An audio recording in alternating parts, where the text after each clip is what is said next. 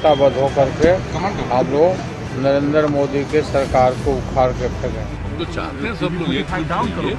अभी हाल में हम मीटिंग में कह दिए हैं।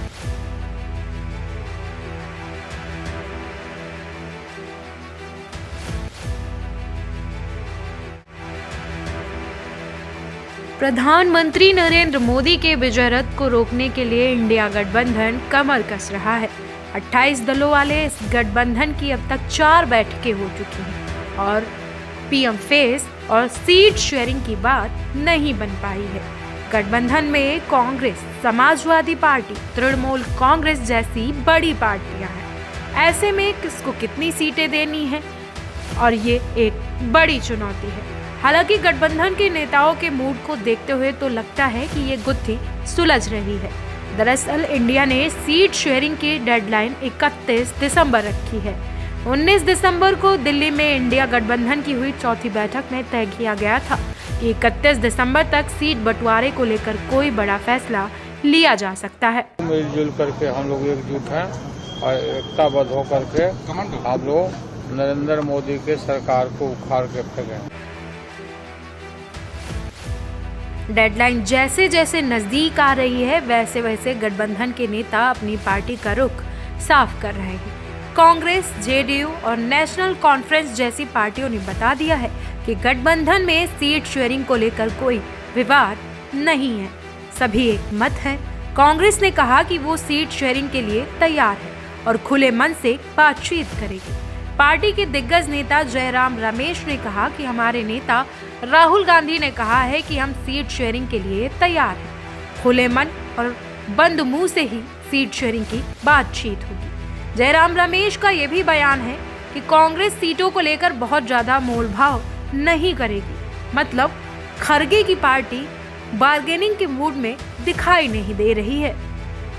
वहीं अगर बात की जाए बिहार के मुख्यमंत्री नीतीश कुमार की, तो उन्होंने भी सीट शेयरिंग पर अपना रुख साफ कर दिया है।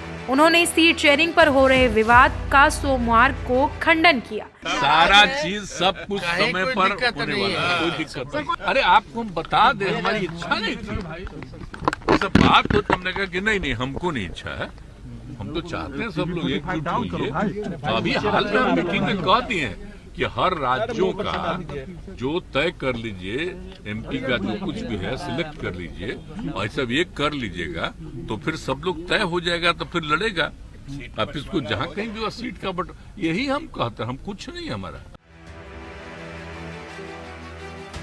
नेशनल कॉन्फ्रेंस के प्रमुख और जम्मू कश्मीर के पूर्व सीएम फारूक अब्दुल्ला ने कहा कि उनकी पार्टी अगले साल होने वाले लोकसभा चुनाव के लिए जम्मू कश्मीर में सीट बंटवारे पर इंडिया गठबंधन के फैसले का पालन करेगी। अगर देखा जाए तो दिल्ली का जो रास्ता है उत्तर प्रदेश से होकर जाता है।